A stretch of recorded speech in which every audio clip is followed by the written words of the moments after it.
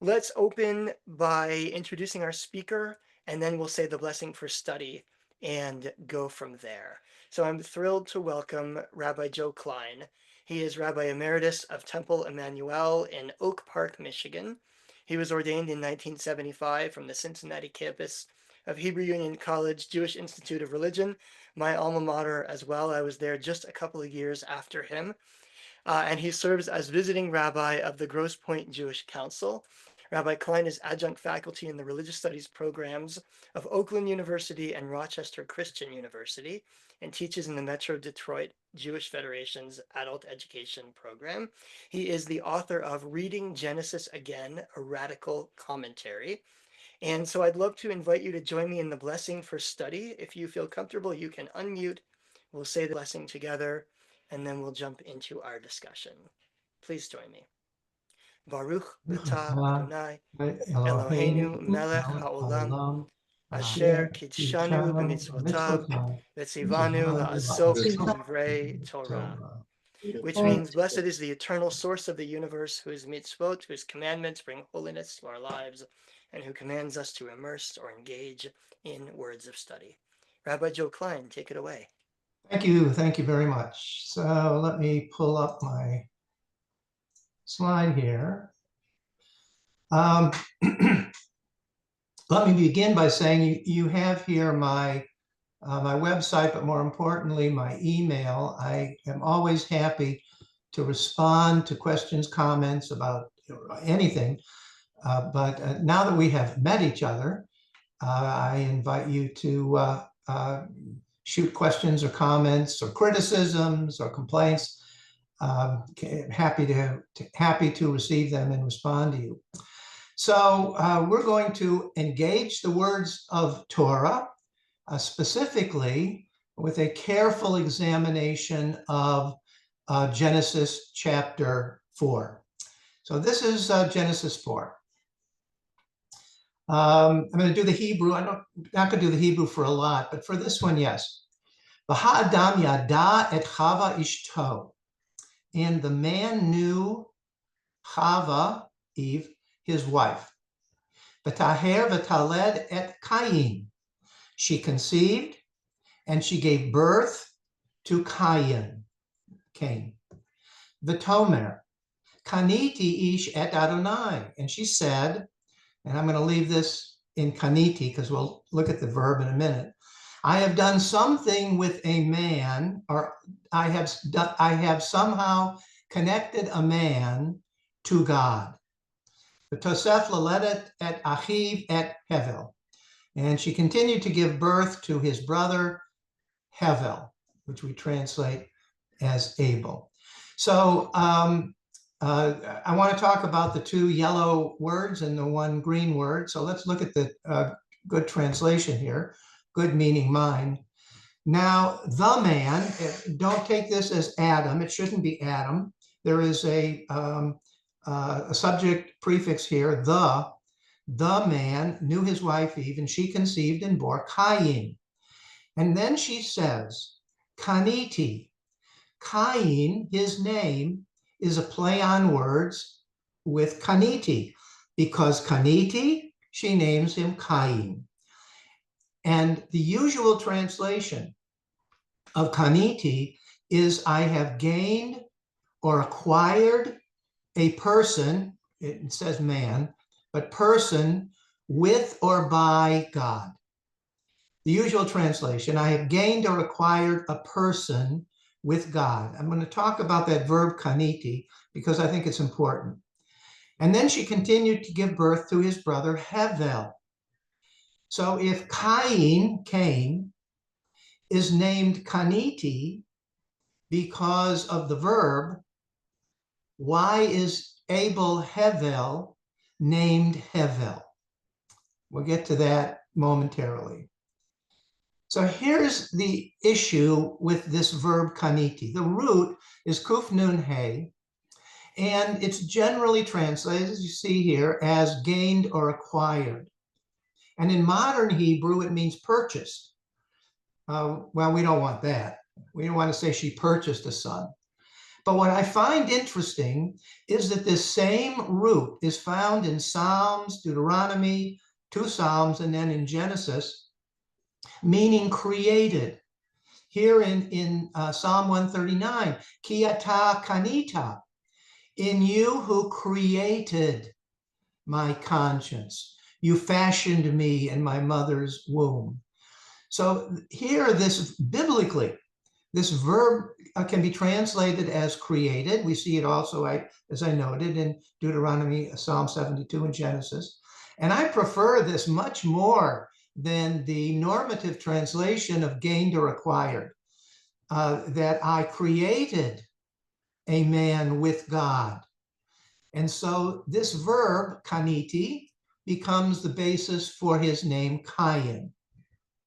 So is Cain, in our Bibles, is Cain a positive name? Does it have positive connotations? Does it have negative connotations? Does it have a neutral connotation? I think it clearly is a positive connotation. I created a human being with God. So calling him Cain is a very nice name. It's the first birth, first child born. So he gets a name that has a wonderful connotation. But what about his brother? Now, in the text, there is no reason given. There's no play on words given that she would call his brother Hevel, Abel. And I think that the reason that it's not explained in the text is that Hevel is an already biblically acknowledged and known noun. It's already known biblically. So what does it mean biblically? Well, if you open up the book of Ecclesiastes, Ecclesiastes begins, the words of Kohelet, the assembler, the son of David, king in Jerusalem. And it begins, Hevel, Hevalim. King James translates it as vanity of vanities. Hevel, meaning vanity. Now, don't think of vanity the way we use it in our Western culture. It's not being vain, not being thinking of only yourself. Of vanity in Old English, in King James Version, Shakespeare's time, meant meaninglessness, emptiness, uselessness, futility, fleeting, any of those. So we see in Ecclesiastes, futility of futilities, we see in the JPS or the Stone translation. Koren translates it a fleeting breath. A fleeting breath of fleeting breaths, says Kohelet. Hevel, Hevelim. So what do people, and he says, what do people gain if they toil under the sun? The uselessness of working under the sun, Ecclesiastes says. We see in the Psalms, oh God, what are human beings that you regard them, or mortals that you think of them? They are like a breath. That's the usual translation. The word is Hevel. They're like a breath. Their days are as a passing shadow. What does the psalm mean by breath? It means a fleeting moment, a thin, fleeting moment. In Job also, my days are swifter than a weaver's shuttle and come to their end without hope. Remember that my life is Hevel, is a breath. My eye will never again see good. My eye that beholds me will see me no more, while your eyes are upon me, I shall be gone. So why would Eve, Chava, name her second son emptiness, futility, fleeting breath, nothingness, meaninglessness, any of those? Why in the world would she give her second son that kind of a name, particularly since the firstborn, Cain, is Kaniti, for I have created? Why does he have this name? So before we can answer that, we won't be able to answer that for a while, but let me just suggest, maybe it's not a name. Maybe the text says she gave birth again to Hevel, and it was never meant in the text to be a name. If it's not a name, then what is it? We'll come back to that. Rabbi Klein, can I interrupt you for a second? Yes. So, first of all, I want to point out Paula, or Rabbi Paula's comment in the chat, asking maybe whether Chava had a premonition of his future. Is he named Hevel because he was not to last? And then I'll also, Bob had a question, which sort of related here. Are the two of them twins? It says she continued, she went I, on to give birth to Hevel, and Bob is wondering if that was the same pregnancy. right. That's an excellent question, and the text is absolutely not clear. You could read it either way. You could read sometime later, she gave birth again, or you could read, the text says, and she added, literally. You could say she continued, which would make them twins. The text is not clear at all. I think that Genesis says that's not an important question. I think by the way it phrases it in the text, the implication is that, it's really not an important question. Let's go on. I think that's what the text is saying. Does she have a premonition? I think that's reading a lot into Eve. But it's possible. It's possible. I still have a problem with her naming her son emptiness, futility, fleeting breath. That won't work for me as a name, particularly since Cain has such a good name. So here the text continues. Abel became a keeper of sheep, and Cain became a tiller of the soil. So even if they're twins, they're nothing alike, right? I mean, the text is, I think, pretty clear about that. Sometime later, the text says, in the course of time, Cain brought an offering to God from the fruit of the soil. He's a farmer. And Abel, and here the Hebrew is gamhu, he also brought from the firstborn of his flock. And the text then says, umachelvahan, literally of the milky ones. We'll come back to that. And God paid heed to Abel and his offering. Now, I have no idea what it means that God paid heed to Abel. Maybe a rainbow appeared in the sky. Maybe a beam of light came down on him. Maybe Abel heard a voice. I don't know. The text is unclear. I guess that would be another question that's not necessary. Somehow, God demonstrated that God accepted Abel in his offering, and the text says, but to Cain and his offering, God paid no heed. And Cain was very angry and his face fell. Now, there's a lot to unpack here. First of all, sometime later, Cain brought an offering to God. The question I ask is, why did Cain bring an offering to God? There has been no mention in any of the previous 3 chapters of any kind of offering to God or anything else being made. This is the first one. So why does Cain do it? The text is unclear. We have to assume. My assumption is that Cain brought an offering to God as an offering of thanksgiving, that the harvest had come in. He has harvested the fruit of the soil, whatever he is, whether it's vegetables or grain, and he wants to give thanks to God. A very positive notion, I think. Wants to give thanks to God for enabling him to have this harvest. Now, how do you give thanks to God? Well, you give God part of the offering, maybe the very first of the offering, as if to say, I'm giving this to you, God, and I hope there's going to be more. Please ensure that my crops will continue. But Cain brought an offering to God, I think out of all good intentions, that he wanted to give, to demonstrate his thanksgiving to God for bringing the offering. So if we assume why Cain brought an offering, we know why Abel brought an offering.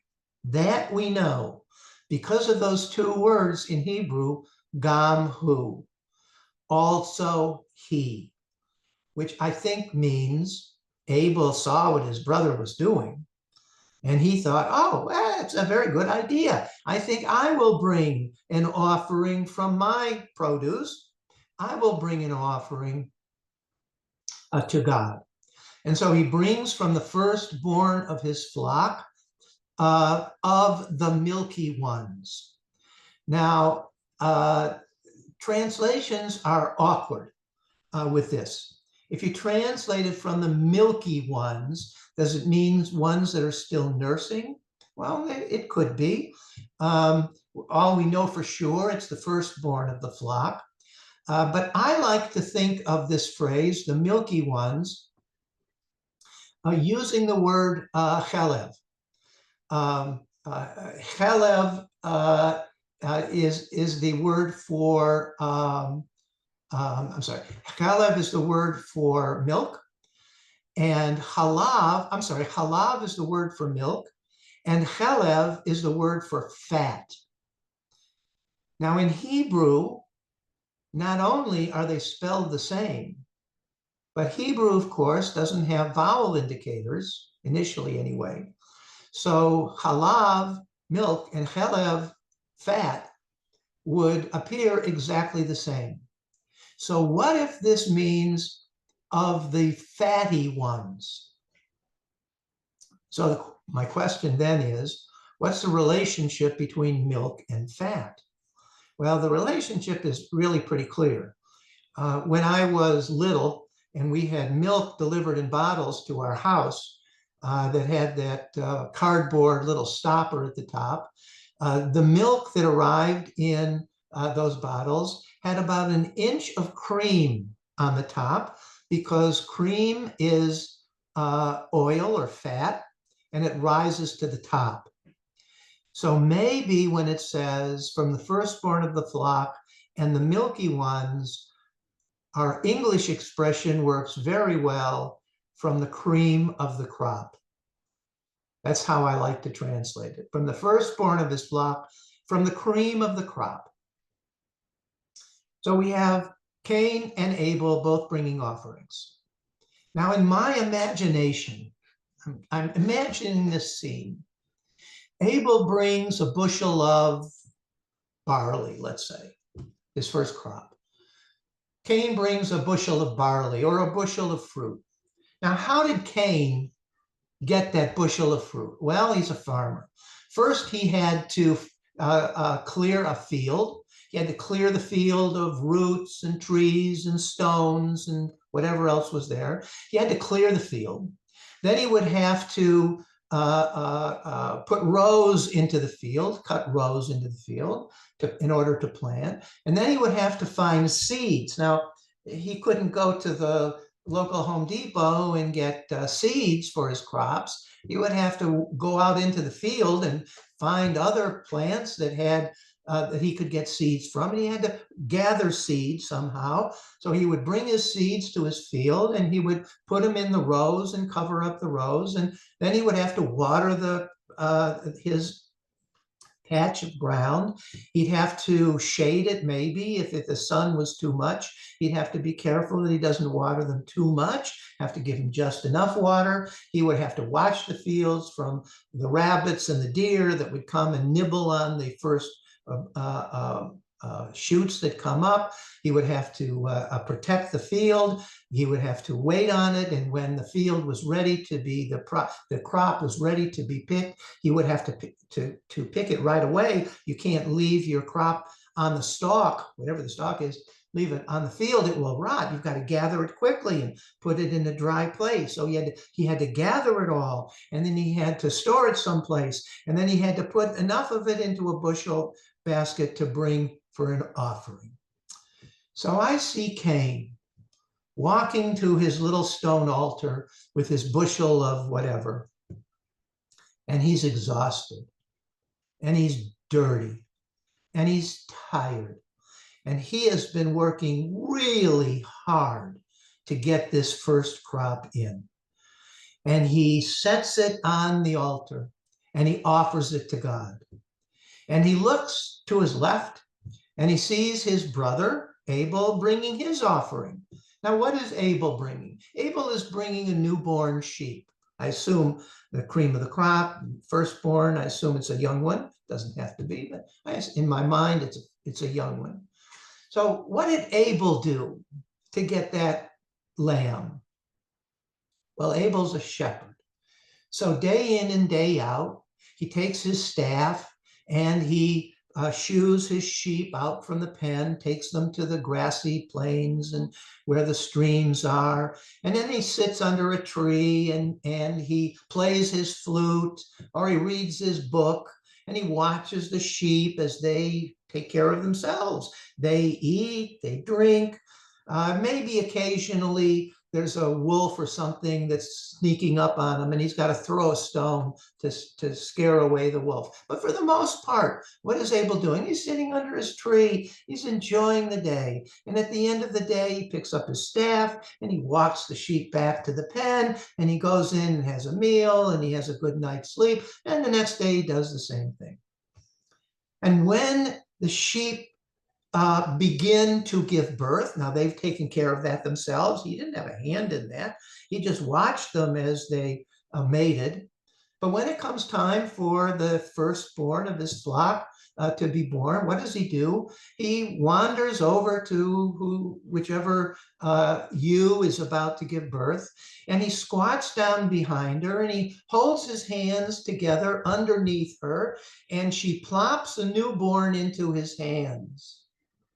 And he stands up and he brings this newborn to the altar and he offers it to God. And Cain looks at his brother and he's clean and he's refreshed and he didn't have to work hard at all to bring this offering. And Cain really worked his tuchus off to get this crop in. And he looks over and somehow Cain recognizes that God has paid heed to Abel and Abel's offering and rejected his. And when the text says, Cain was very angry and his face fell. Yeah, I understand that. I can understand how he was very angry. And then we have this interesting phrase, his face fell. Now, the physical action of falling one's face, meaning looking down, could have a lot of meanings, right? You could lower your head, bring your chin to your chest as an expression of disappointment, of embarrassment, of anger, of sadness. Your face falling can demonstrate a whole variety of feelings, any of which might work. But we know for sure that Cain is very angry.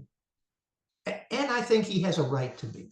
He has a right to be. He worked very hard, and he was the first. Why did Abel do it? Because he saw his brother. And Abel's offering was accepted, and Cain's was not. And Cain was very angry, and his face fell. So God says to Cain, why are you angry? Why has your face fallen? Really? Really, God? Really? You say to Cain, why are you angry? Why has your face fallen? And then we have a phrase that in some Bibles say that the Hebrew is a difficult translation, or the Hebrew is difficult. I don't think it's difficult at all. I think it makes perfect sense. So this is God talking to Cain. Why are you angry? Why is your face fallen? And God says, look, im tetiv. Now, the word im is if. Tetiv is a verb root based on the word that we know as tov, meaning good. So this is a verb, the verbal root of the adjective that we know, tov. And it's in the future tense, second person masculine, singular, future. Im tetiv, which I think can only be translated, if you will do well. It's future tense. We got an if, we got a you. If you will do well, there is uplift. I think the word uplift has everything to do with his face fallen. that if you do well, there is uplift. And I think what the text is saying is that God cautions, I suppose, Cain, if you will do well, you can face me. You can lift your head up in pride, in purpose. You don't have to be embarrassed, but mostly you can face me. You don't have to be disappointed or angry at me. If you will do well, there is uplift. And then it continues, V'im lo tetiv. But if you will not do well, then the text says, sin crouches at the opening. Sometimes it's translated door. Sin crouches at the opening. Its urge is toward you, yet you can be its master. So God says, if you will do well. So my question is, if you will do well with what? What is God saying? If you will do well, how? With what? Now, the usual explanation that I hear is that Cain's offering was not sufficient. It was substandard. Abel's cream of the crop. Cain's substandard. He rushed it. He brought only the stuff he didn't want, something like that. I find no basis in the text to believe that. There's nothing in the text that indicates that Cain's offering was substandard. But that's the usual explanation. If you will bring a better offering, a more appropriate offering, well, then there'll be uplift. Then you don't have to be angry. I reject that commentary. Can I If you show? will do well, and it's in the future. If the problem was that his offering was substandard, the text would have said, had you done well. But it doesn't say that. It doesn't say, had you done well, that this is what happened. It just starts out, if you will do well. So will do well with what? Seems to me, if you will do well with this situation. What's the situation? God was being unfair. Clearly, God was being unfair. And God says to Cain, look, if you will do well with this situation, there's uplift. But if you don't do well with this situation, that life is not fair, sin crouches at the opening. Seems to me what the text is telling us, that when you realize that life is not fair, that you have been unfairly hurt, you can either deal with it in a positive way, some kind of positive way, or it can stay inside of you and just corrode itself inside of you and grow until it bursts out in some kind of anger or physical reaction. If you will do well with the fact that life's not fair, then you can look at me. You can hold your head up high. If you don't do well with it, you're gonna be sorry. You're gonna do something because you are so angry inside and you've let it fester inside of you that you're going to do something that's not good. But look, Cain, you can be its master. You can be in charge. What is going on here? I think this whole scene is a setup from God. This whole scenario that we've seen so far is merely a lesson to us with Cain as the focus. Life's not fair. Deal with it. That's what's at the heart of this. And God is setting up Cain with this choice. If you will do well, there is uplift. If you don't do well, you're going to do something that you will regret. Verse 6 ends and verse 7 continues. Cain said to his brother Abel. Now you see those three dots there. That's an ellipsis. In the text, in the biblical text, whenever you see this word said, vayomer, it's usually termed vayomer, Vayomer Cain, the text says, and Cain said. Now, this verb vayomer, meaning said, is used in scripture as quotation marks. Scripture, Torah particularly, does not have punctuation, doesn't have vowels, doesn't have punctuation, doesn't have quotation marks. So how do we distinguish what somebody said and a narrator? Well, Torah uses this word vayomer. So vayomer Cain, lecha hevel, Cain said to his brother, and now we expect to see what he said to his brother. Right? There's quotes there. We're about to see what he said to his brother Abel. And it's not in the text. There's nothing there. Because the text continues. And sometime later, they were in the field. So there's an ellipsis. There's something missing. So some translations, and not so much Jewish translations, my experience is the Christian translations, fill in that ellipsis. The text says, Cain said to his brother Abel, let's go out to the field. Because there has to be a quote there. And so they fill it in. Well, it's not in the Hebrew. It's not in the Hebrew. Which then raises the question, why is it not in the Hebrew? You know, did the author of this story, this narrative, just neglect or forget to put a text in there, to put a quote in there? Did they just forget about it? Or maybe the author figured we'd never notice it. And so it's not necessary. We'd never notice that there's supposed to be a quote there, and it's not. And well, we're just too oblivious to the whole thing, and we just won't notice it. Well, I don't think either one are true. I think there's a reason that there's an ellipsis here. Cain is very angry. He's angry at God because God chose Abel's offering and not his, and he deserved one. Not that he deserved it more, but he deserved to be respected. He deserved to be heeded. And Cain's anger is growing in him.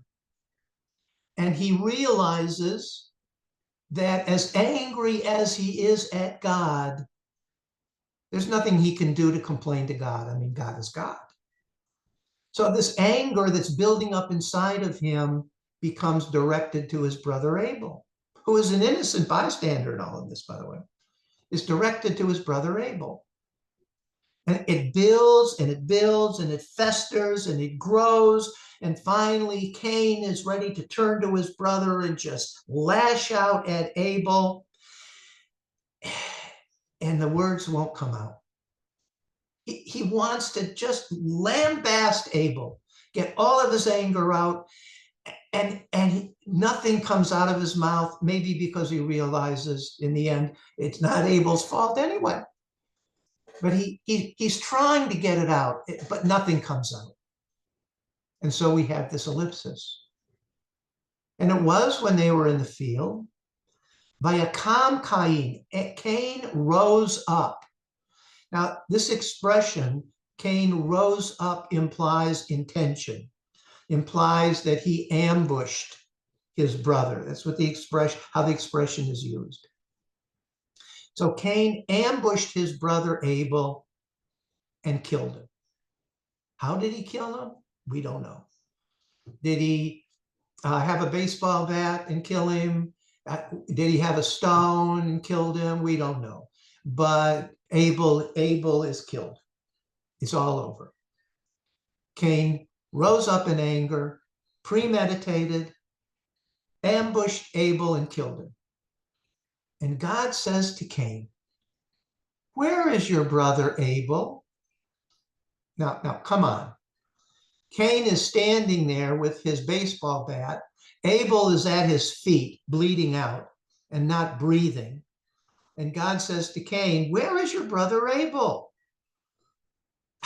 Cain looks down at his feet. He sees the body of his brother. And he says, I don't know. So if Cain recognizes that Abel is not breathing anymore, that's not his brother. His brother is a living, breathing thing. He says, I don't know. I don't know where he is. That's not my brother. Now, Cain purposely rose up and he struck his brother Abel. Did he mean to kill him? I don't think so. First of all, nobody's died yet. They don't know about death. Cain does strike his brother Abel, but I don't think he meant to kill him. He didn't even understand what dying was. And he says to God, I don't know. That's not my brother laying there. And then the text says, properly translated, am I my brother's keeper? Famous phrase. But I don't read it that way. I don't read it, am I my brother's keeper? What I read is, am I my brother's keeper? Am I my brother's keeper? Where were you, God? Aren't you in charge? Am I alone, my brother's keeper? Where were you? And God says, what have you done? Your brother's bloods, interesting, it's a plural. Your brother's bloods cry out to me from the ground. Now, an interesting reflection here. We've read so far the entire chapter of the story of Cain and Abel. What has Abel said? What have been Abel's words in this story? Nothing. What has come out of Abel's mouth up to this point? Nothing. He hasn't said a word. Breath. What? Breath came out of his mouth. Okay, fine. Did we hear it? No. Did anybody hear it? No. What's interesting is the only time that Abel speaks, so to speak, kivyachol, the only time Abel speaks is his blood crying out to the ground, crying out to God. What have you done? Your brother's bloods cry out to me from the ground. By the way, the plural bloods is rabbinically understood to mean future generations. The future generations that might have come from Abel are no longer. That's how they interpret that. But the only time Abel speaks, sort of, is when his blood cries out from the ground. And God says, therefore you, Cain, will be cursed. You shall be cursed from the ground which opened its mouth to receive your brother's blood from your hand. If you till the soil, it will no longer yield its strength to you, and you will become nav-nad, a ceaseless wanderer on earth. Before we get to that last phrase, what does God say? Cain, you are cursed from the ground. So let's talk for a minute about Hevel. Why is he called Hevel? Why is he but a fleeting breath, a futile, meaningless nothing? Hevel, when I think of Hevel, I think of wintertime, and I breathe out and I see this fog coming out of my mouth, but it's not really anything. Or when I used to smoke a long time ago, and I would blow a smoke ring and it would look like there's something there, and I would reach for it, and it would dissipate. Or I would take a bite of cotton candy when I was little, anxious to taste it, and I would take a bite of it, and as soon as it was in my mouth, it was gone. That's how I think of Hevel. A fleeting breath, the futility of meaninglessness. Because Abel in this story doesn't exist. He doesn't exist as a character. He doesn't exist as a person. He exists as an object that's in this story for us to read, an object to get to the lesson that God is addressing to Cain. He doesn't exist in any other way. His whole purpose is to be this object that will perhaps receive Cain's anger. And that's why he's Hevel. So when the text says she continued to give birth to his brother Hevel, I think it's a description. I don't think it's a name. I think it's a description.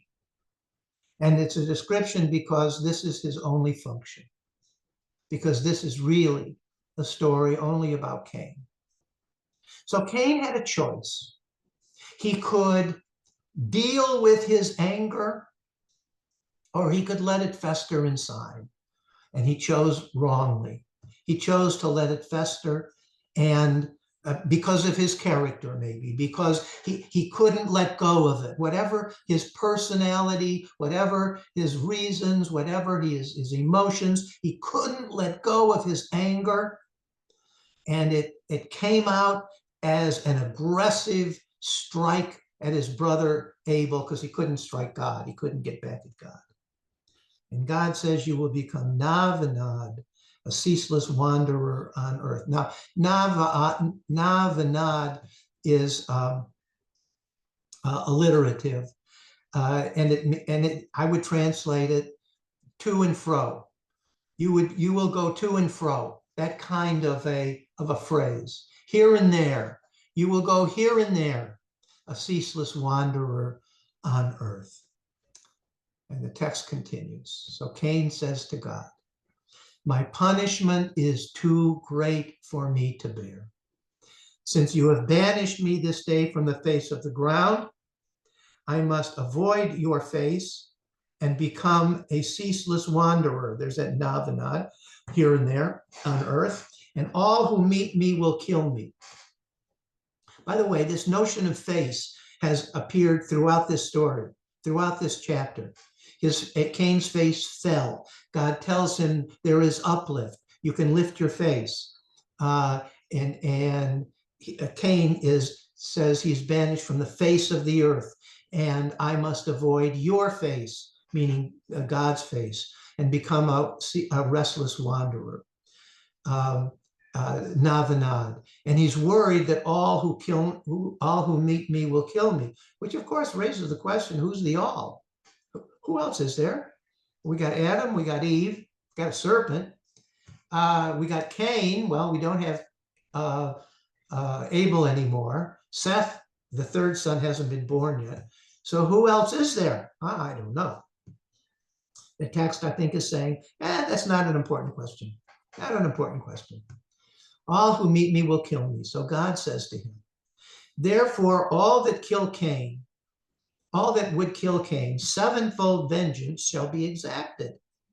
And God said, and here's the Hebrew phrase, Yasem l'Cain ot. It's usually translated, put a sign. God put a sign on Cain. Did he tattoo him on his forehead?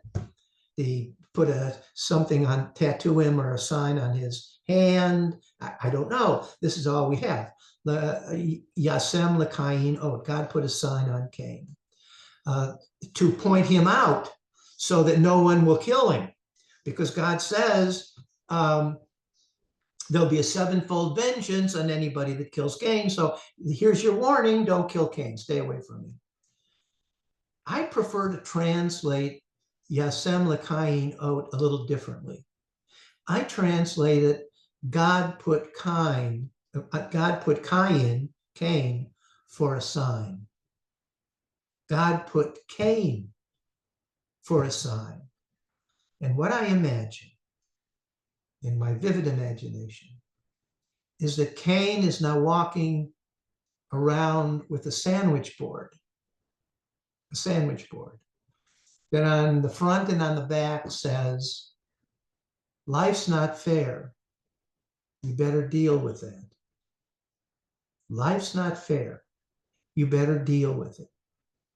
This whole story is a setup for the test.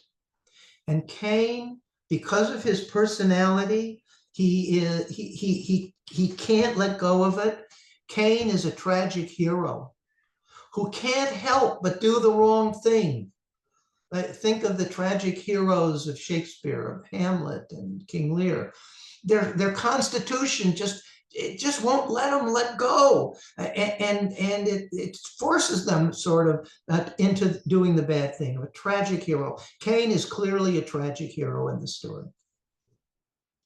And God put Cain as a sign. So Cain walks around with the message to everybody else that's around. The message is, life's not fair. Now you better deal with that because it's true. And it continues. Cain left from before God, settled in the land of Nod, east of Eden. Interesting, the east of Eden will become important later. Adam and Eve are kicked out of the garden going east. Cain is now going further east. I'll leave it to you to check Noah and then Abram. Cain knew his wife, again begging the question, where did he get a wife? Text says, well, that's not important. She conceived and bore Enoch. He, Cain, then founded a city and named the city after his son Enoch.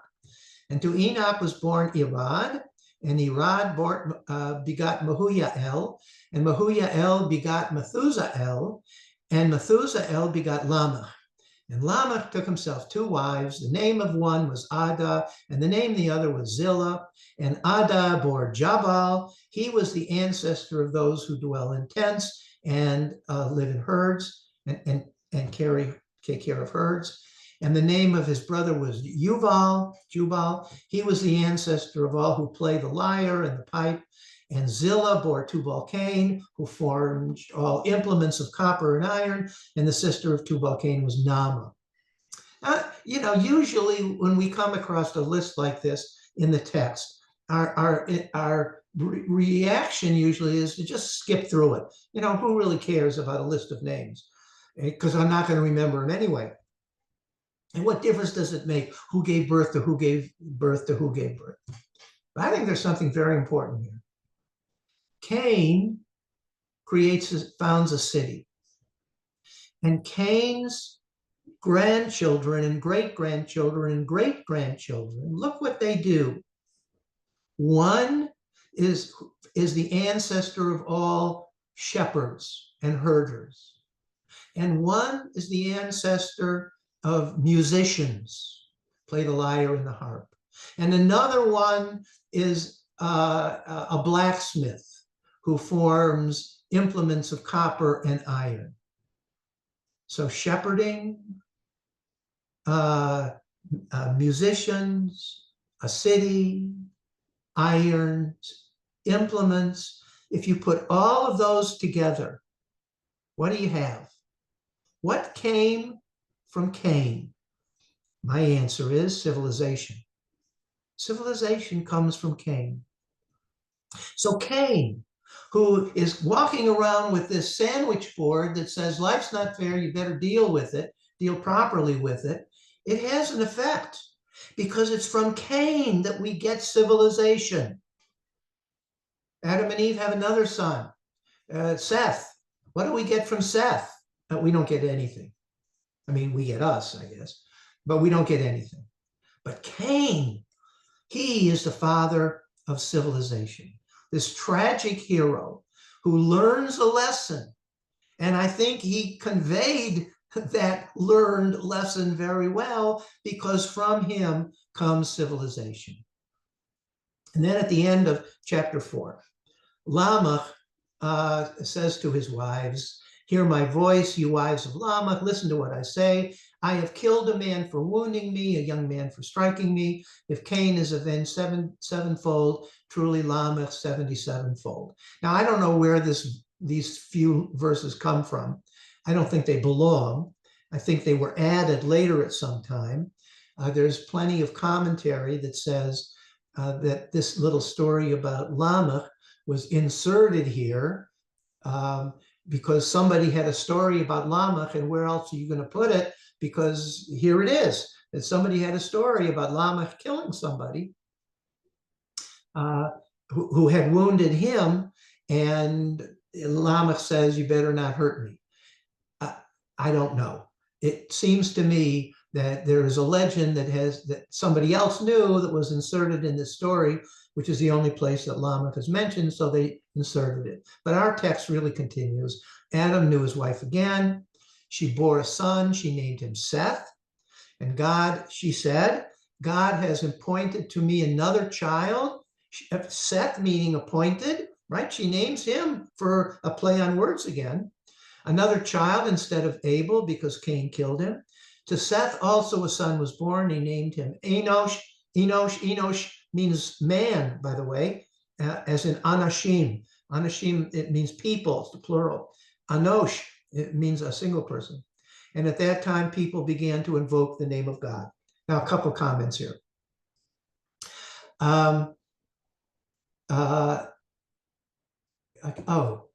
Cain killed his brother Abel. I don't think he murdered him. In order for him to be accused of fratricide, of murdering his brother, he would have to know that what he was doing was going to kill his brother. I think Cain struck Abel because he couldn't help himself, but had no intention of killing him. So we cannot call Cain a murderer. We cannot call this act, I don't think, we can't call this act murder. Yes, he killed his brother. And as a tragic hero, you know, tragic heroes do terrible things because they can't help themselves. And my last comment before we open up to whatever anybody wants to talk about is this last line. At that time, people began to invoke the name Yud-He-Vav-He. Now, this is a problem because in Exodus chapter 3, Moses approaches the burning bush, and the burning bush tells Moses, when Moses asks for God's name, the burning bush says, my name is Yud-He-Vav-He, and no one else has ever known my name before. Well, here, not only do people know Yud-He-Vav-He before Abram, they know him already in chapter 4 of Genesis. And Abraham and Isaac and Jacob all use God's Yud-He-Vav-He name, the Tetragrammaton. They all use it. So what kind of sense does it make that the burning bush tells Moses, here is my name, but no one has ever used it before. It's special for you. Okay, I'll turn it over to whatever Rabbi Streifer you have. So let's, if folks have questions or comments, the best thing to do is raise your hands electronically. There was a lot that came in and out of the chat, but I think the best thing to do now that we're at the end of the talk is to give people a chance to respond. I'll start with Rabbi Paula. Go ahead. So I appreciate this interpretation very much. But for me, the biggest part is when Cain says, Hashomer achi anochi, am I my brother's keeper? But there's a wonderful midrash that says that it's not a question. It's a shot back at God. Yes. Anochi is my brother's keeper. Why didn't you intervene? And, you know, that idea that all of this is, you know, Cain is a terrible person or something. He's sort of pleading and saying, look, I have— Where were you? Yeah, where were you? I have these emotions, and there was no pathway for me that I didn't know about it. I didn't learn morality. Now I learned it, but it's really the hard way. That works exactly with what I said. Exactly. Yeah. Exactly. Yeah, my quick comment on that was that I really think it's a beautiful idea that this is a story about emotional regulation, about sort of like learning the consequences of our actions that come from from regulating or not regulating our emotions, right? I don't have control over what the world does to me. I have control over how I respond to the world, right? Right. As I think it's Viktor Frankl talks about the space between stimulus and response, that being where our freedom lies. Yes. Let's go to Anne. I agree with Rabbi Micah. I think that just like Job, the question has always been, where was God? Well, where were you? And that's the answer. Life is fleeting and it isn't fair. But it isn't fair to say where were you. Responsibility is the answer. Okay. Thank you, Anne. Bob, please. I was thinking that although it's an interesting way that that you've kind of like interpreted this whole thing, that there is some information there that Cain and Abel were both learned from their parents' behavior that brought them out of the garden. And so there is a notion that there is consequences to what we do. And I think that when God said, "Hey, why are you looking so angry? Why do you have your face down? You could overcome this. You could lift up." And I think that he ignored that. And so this, as you said, that a bad thing. This was the bad thing that came, and then I think that then he turned around and said, "Well, this isn't my fault. You should have taken care of that. I'm not my brother's keeper." But that's not really what it's about. That's just his way of, again, trying to rationalize his way out of the consequences of his own behavior. I see Bob Gershman with a hand up. Go ahead, Bob. Bob, you're going to have to unmute yourself.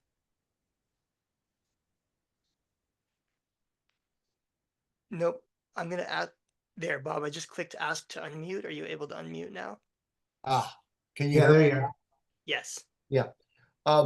Joe, from the first time I've listened to this story,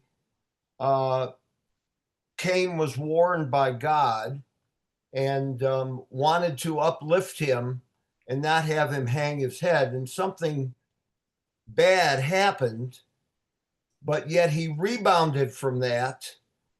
And I don't see or hear anything about forgiveness. We always want to give people many times a second chance in things in life. And he rebounded and then stopped hanging his head from what I could understand. Am I reading that right? In this story, what's done is done.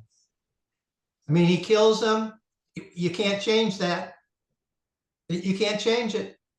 You can't give somebody a second chance? Well, apparently Cain learned his lesson because he's the father of civilization. Yeah. My last question, and then we'll reach our time here, is actually about that. Do you think the Torah is suggesting that human civilization is somehow born out of violence? Say that one more time. Well, I was asking Oh. Rabbi Klein, but I'd be curious, is human civilization born out of violence? Human civilization could have been born from Abel, right? We could have told that story. But does the Torah make Cain the ancestor of civilization to say that our civilization is born from our violent tendency? That's very interesting because the other creation stories of the ancient Near East are all created out of violence. The characters destroy huge leviathans to create humanity and everything else. So it's possible. It is possible. I never thought about it that way, I guess because I didn't want to think about it that way. But let me, before our time is up, let me just do one last thing. And that is a little self-publicity here. This is my book. This story is in it, but it's certainly available. And here's my email again. But I treat Genesis as if we need to read it again for the first time, because I think particularly these first 4 chapters in Genesis are totally misunderstood in the way our culture perceives them. That these first 4 chapters are taught as fairy tales, or sort of fairy tales, or at least Bible stories in religious school. And I think they're much, much more sophisticated than mere Sunday school Bible stories. I think these are very sophisticated adult stories. This is a lesson, a big lesson. Life's not fair. You need to deal with it.